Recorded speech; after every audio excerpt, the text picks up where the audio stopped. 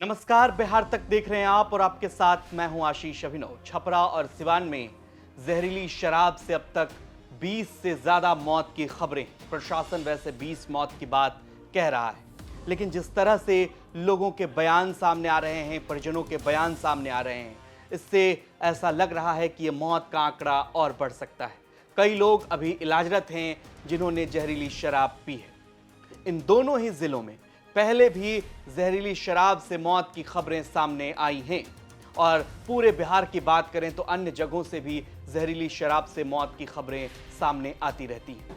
बिहार में 2016 से शराब बंदी है, लेकिन इस तरह की घटना के बाद से लगातार सवाल उठते हैं कि क्या बिहार में अब शराब बंदी खत्म कर देनी चाहिए।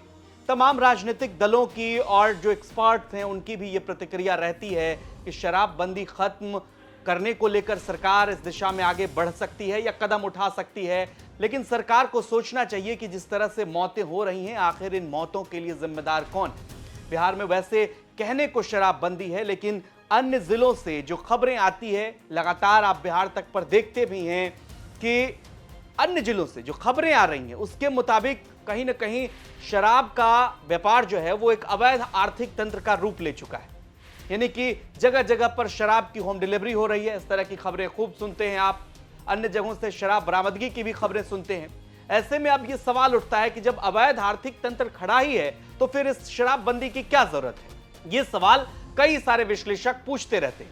वैसे शराबबंदी को लेकर नीतीश कुमार की पार्टी हमेशा से मानती रही है कि शराबबंदी जो है वो लागू रहेगी। इस घटना के बाद भी नीतीश सरकार में मंत्री रत्नेश सदा ने कहा कि शराबबंदी जो है वो लागू रहेगी। अब सवाल ये कि जो नीतीश कुमार के लिए सबसे ज्यादा अभी परेशानी का सबब है, जिस पर बिहार के लोग बात करना चाहते हैं, जानना चाहते हैं, वो शराबबंदी है, स्मार्ट मीटर है। तो क्या इन ऐसे मुद्दों पर नीतीश कुमार बैकफुट पर आएंगे विधानसभा चुनाव से पहले? अब ये जो घटना घटी है, इस पर नेता प्रतिपक्ष तेजस्वी यादव ने सवाल उठाया और सरकार पर तीखा हमला बोला। शराब बंदी है लेकिन शराब उपलब्ध है, लेकिन और भी नशा की जो चीजें हैं, ड्रग्स वगैरह हैं, वो उसकी भी जो चीजें जो हैं वो बिहार में बढ़ गई है। काफी और भी नशा हो रहा है। तो देखिए, हम लोग तो ये चाहते हैं कि नशा मुक्त रहे बिहार। इसके अलावा कांग्रेस पार्टी ने भी शराबबंदी को लेकर नीतीश सरकार की तीखी आलोचना की और इस घटना को लेकर के भी दुख जताया। प्रदेश अध्यक्ष अखिलेश प्रसाद सिंह ने क्या कुछ कहा, ये सुनिए।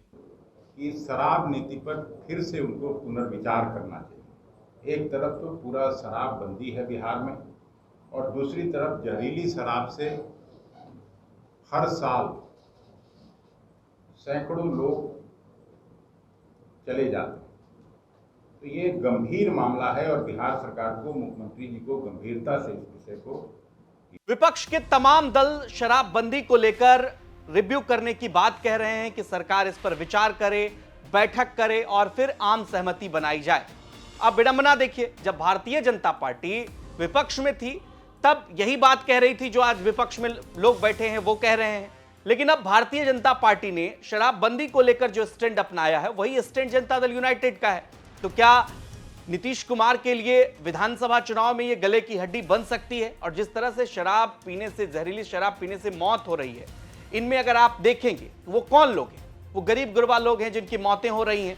तमाम आंकड़े ऐसे कहते हैं और एनडीए सरकार में ही सहयोगी जीतन राम मांझी लगातार इस पर सवाल उठाते हैं।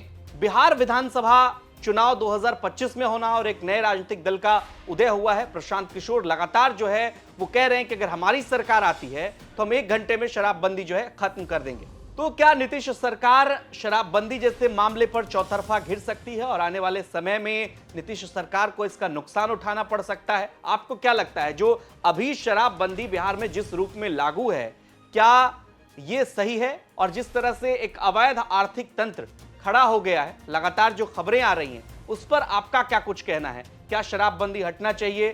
क्या नीतीश सरकार को इस पर विचार करना चाहिए? ये हमें कमेंट बॉक्स में जरूर बताएं और बिहार की तमाम खबरों के लिए देखते रहिए बिहार तक।